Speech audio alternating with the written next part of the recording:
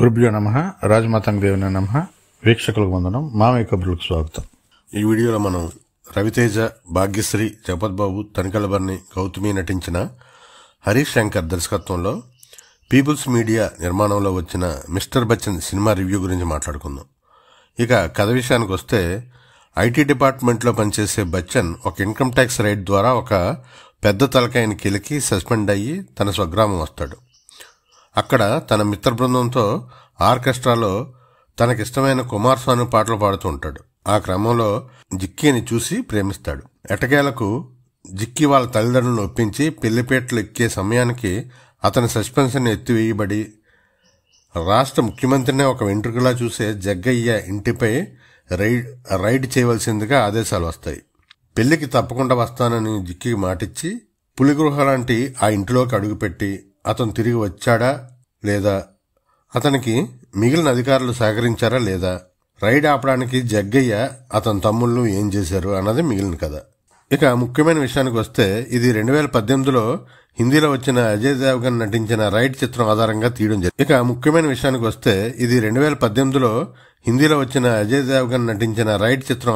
తీయడం జరిగింది. రైడ్ చిత్రాన్ని ఆ చిత్ర దర్శకులు రాజ్ కుమార్ గుప్తా, రైటర్ రితీష్ షాలు 1980లో సర్దార్ ఇందర్ సింగ్ పై ఇన్కమ్ ట్యాక్స్ వాళ్ళు నిజంగా జరిపిన రైడ్ ఆధారంగా తీసిన ఒక మంచి అటెంప్ట్ ఆ సినిమా.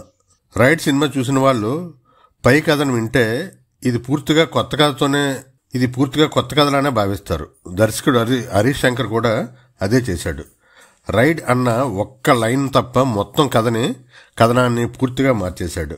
మిస్టర్ బచ్చన్ విడుదల ముందు దీనిపై సోషల్ మీడియాలో చాలా కాంట్రవర్సీలే నడిచాయి. హరీష్ శంకర్ మంచి కథలు తీసుకుని పూర్తిగా మార్చి పక్కా కమర్షియల్ సినిమాలు తీస్తున్నాడు అని ఆయన కూడా దానిని పూర్తిగా అంగీకరిస్తాడు. ఆయనతో నేను ఏకీభవిస్తాను. అవును, మన తెలుగు ఆడియన్స్ చాలా వరకు మారారు, ఓకే, కానీ ఇంకా మనం పూర్తిగా ఫక్తు మసాలా సినిమాల నుండి పూర్తిగా బయటికి రాలేదనే చెప్తాను. ఇకపై కూడా పూర్తిగా అయితే మనం రాము.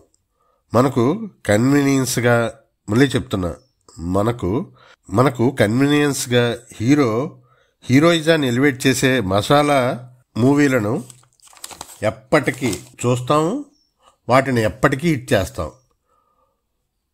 ఒక సినిమాను వేరే భాష నుండి మన భాషలోకి తీసుకువచ్చినప్పుడు ఆ కమర్షియల్ ఎలిమెంట్స్ యాడ్ చేయడం మనం స్వాగతిస్తాం కూడా.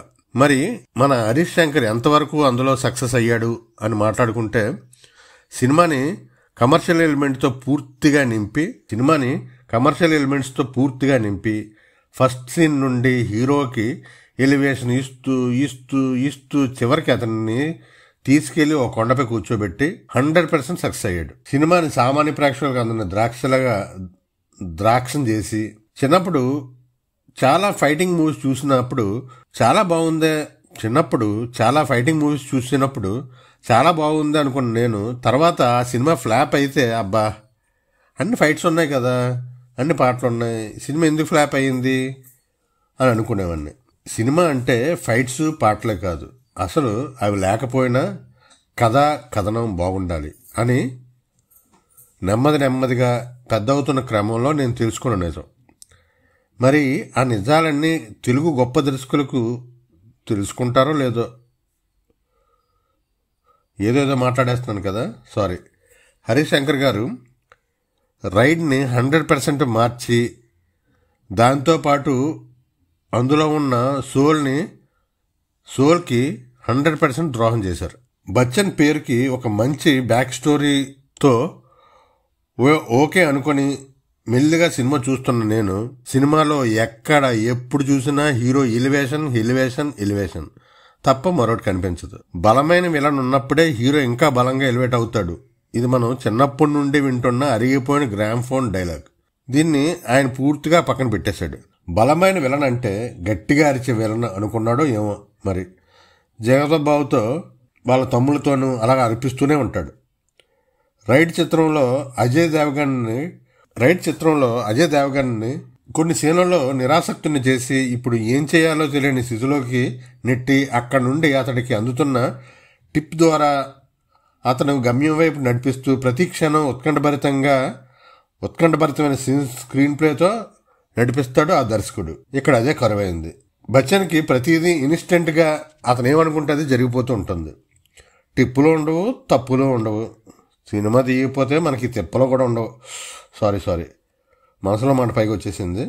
నటీనటుల విషయానికి వస్తే యథా రాజా తదా ప్రజ అన్నట్టు దర్శకుడిని ఫాలో అయిపోయారు అంతా.